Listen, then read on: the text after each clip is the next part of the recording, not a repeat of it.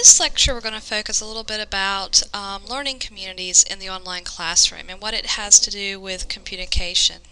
Communication is one of the most important parts of an online classroom, and it's kind of very key to student success. We have many different types of communication tools available. The vast majority are what we call asynchronous, and that's your telephone, your email, actual print communication, web pages, discussion boards. They are not in real time. They can happen at the user's pace. Your synchronous communication tool, that's your chat, very similar to what we use with Wimba Chat, and a lot of the programs actually have video and audio built in, and that is real-time discussions that you have there. Since most everybody in here has been in the Wimba Pronto environment, I'm going to start by talking about that component. Many online learners often feel isolated, and overcoming this isolation is a very big challenge for you as an online faculty member. You want to help build a learning community within your course, and this is a way to help the students engage and make the course something more than an independent study. The first tool I'm going to talk about is chat, and the first thing I want to talk about is required group chat sessions. It is very difficult to organize a required online chat session due to the varying nature of student schedules. If you do require a chat session, you want to make sure that you give opportunity for day, evening, weekends. So you'll actually have to conduct multiple sessions to be able to accomplish this. But an effective required group chat session requires you as the faculty member to plan it in advance and kind of map out where you want the discussion to go. And as a moderator in that discussion, it's your responsibility to kind of guide the discussion itself. You can also use chat for help sessions, whether it be one-on-one. It is a great way to offer online office hours. Personally, I typically have Wimba Pronto open whenever I'm at my computer, and I don't mind taking questions if it's outside of normal office hours. It's a great way to answer and help troubleshoot with the students. Something that might have taken 4 emails to get to the root of the actual problem can be taken care of in a matter of seconds as you ask follow-up questions to that particular student. Another way to use chat is more of an social environment. You can encourage students to chat with each other without you as a way to study, get to know each other, and work on group or collaborative projects. You can facilitate this by kind of pre-arranging times where students can meet within the chat environment, but your role is strictly just to kind of set up the time. You can also yourself hold informal review sessions, but you want to keep the focus on letting the students lead the discussion if you're using it for more of a social studying perspective.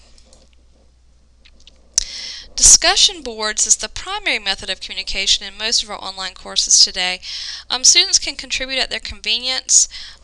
It does allow for more of a reflective contribution than chat. Students can kind of put their stuff together before they actually type it in and submit it. The contributions are actually saved within the Blackboard environment. Wimba Pronto does do this with chat sessions. However, some of your third-party programs like MSN Live or AOL, they don't always save your chat sessions. You can have multi-purpose boards, whether they're social, moderated, or guided discussions. You can create new boards for each individual topic you want, and you can set due dates on your discussion boards. One word of caution though, most of your students, if you say to post and respond to 2 of your classmates, keep in mind that a lot of your students are only going to respond and read the 2 required posts. And so you want to really engage the learner and help them to see the importance of everybody's contribution. And that is a difficult hurdle to overcome within a discussion board. I'm going to talk briefly now about the model for teaching and learning online. It is a stair-step approach for our online learners. Stage 1 is access and motivation. Stage 2 is online socialization. Stage 3 is information exchange. Stage 4 is knowledge construction. And 5 is development.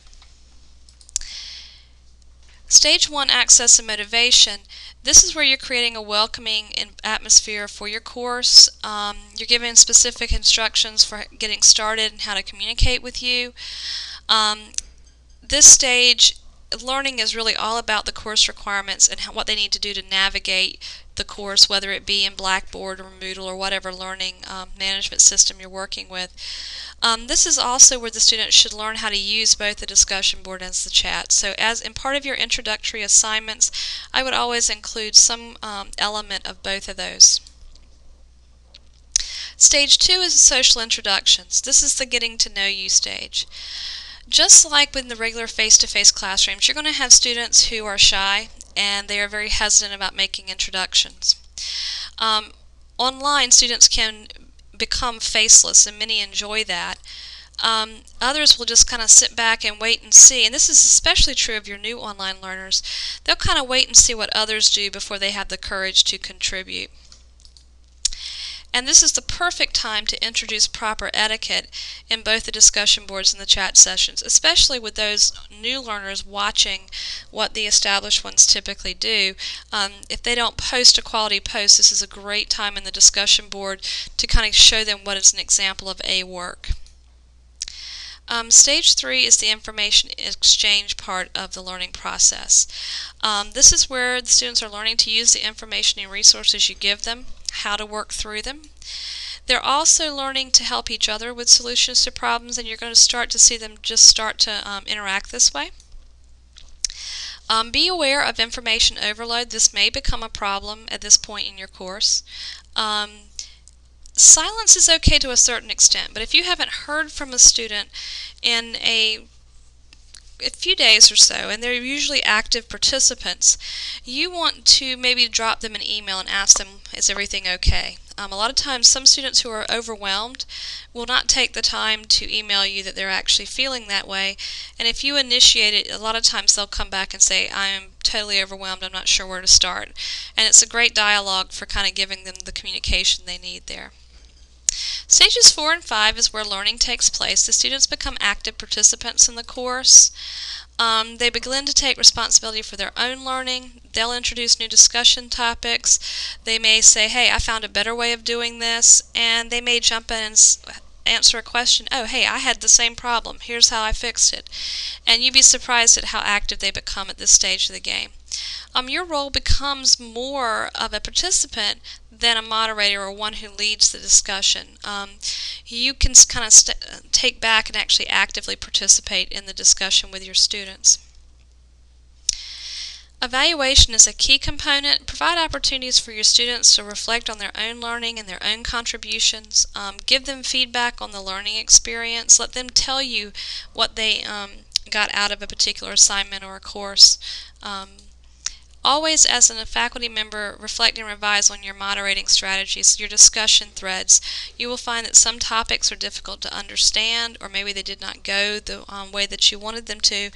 And so as you're finding that out, you want to make adjustments for the next time you offer the course.